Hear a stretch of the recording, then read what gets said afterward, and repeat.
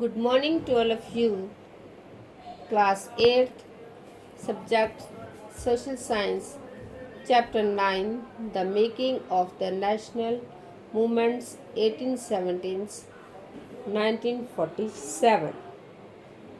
Dear students, आप अपनी book का पेज नंबर 119 निकालेंगे। वहाँ से आज हम पढ़ेंगे द हैपनिंग्स ऑफ 1922 टू 1929। तो 1922 से 1929 की घटनाएं के बारे में आज हम पढ़ेंगे। Mahatma Gandhi, as you know, was against violent movements.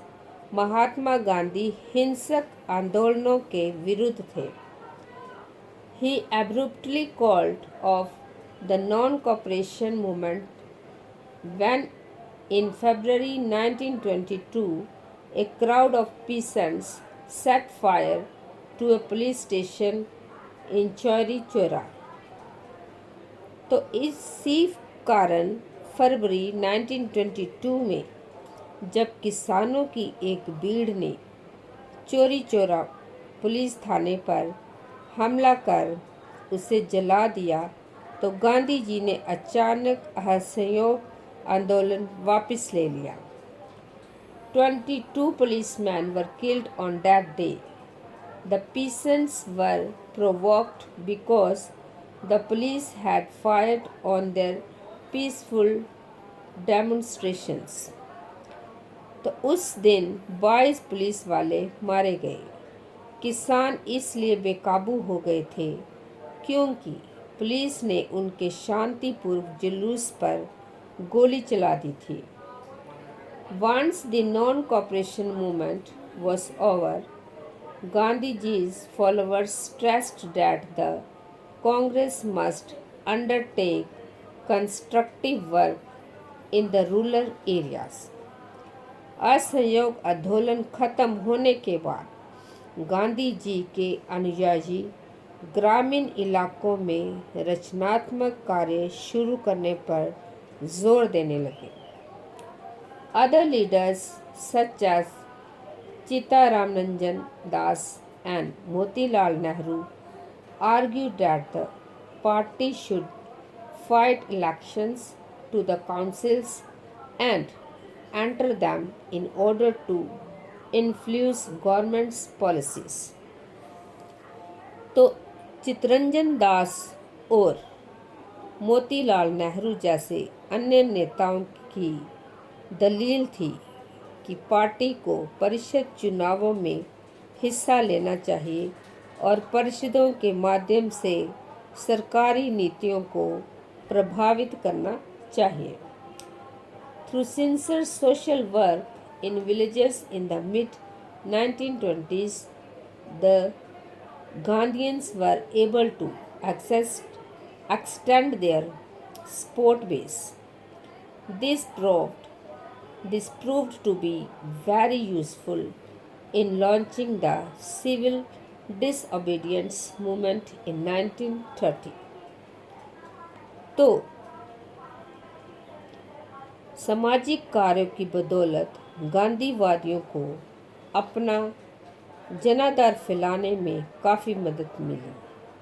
1930 में शुरू किए गए सविनय अवज्ञा आंदोलन के लिए ये जनाधार काफ़ी उपयोगी साबित हुआ। Two important developments of the mid-1920s were the formation of the Rashtriya Swayamsevak Sangh (RSS), a Hindu organization, and the Communist Party of India. तो भारतीय कम्युनिस्ट पार्टी और हिंदुओं के संगठन राष्ट्रीय स्वयंसेवक संघ की स्थापना 20 के दशक के मध्य की दो महत्वपूर्ण घटनाएं थी। These parties have held very different ideas about the kind of country India should be. Find out about their ideas with the help of your teacher. The revolutionary nationalist Bhagat Singh too was active in this period. तो भारत के भविष्य को लेकर इन पार्टियों की सोच में गहरा फर्क रहा है। अपने अध्यापकों की सहायता से उनके विचारों के बारे में पता लगाएं। उसी दौरान क्रांतिकारी राष्ट्रवादी भगत सिंह भी सक्रिय थे। The decade closed with the Congress resolving to fight for Purna Swaraj, complete independence in 1929 under the presidency of Jawaharlal Nehru. Consequently, Independence Day was observed on 26th January 1930 all over the country। तो इस दशक के आखिर में कांग्रेस ने पूर्ण स्वराज का प्रस्ताव पारित किया। जवाहरलाल नेहरू की अध्यक्षता में 1929 में पारित किए गए इस प्रस्ताव के आधार पर 26 जनवरी 1930 को पूरे देश में स्वतंत्रता दिवस मनाया गया। तो आपको पता होना चाहिए कि ये 26 जनवरी 1930 को पूरे देश में इंडिपेंडेंस डे मनाया गया। तो डियर स्टूडेंट्स, अब ब्लैक बोर्ड पर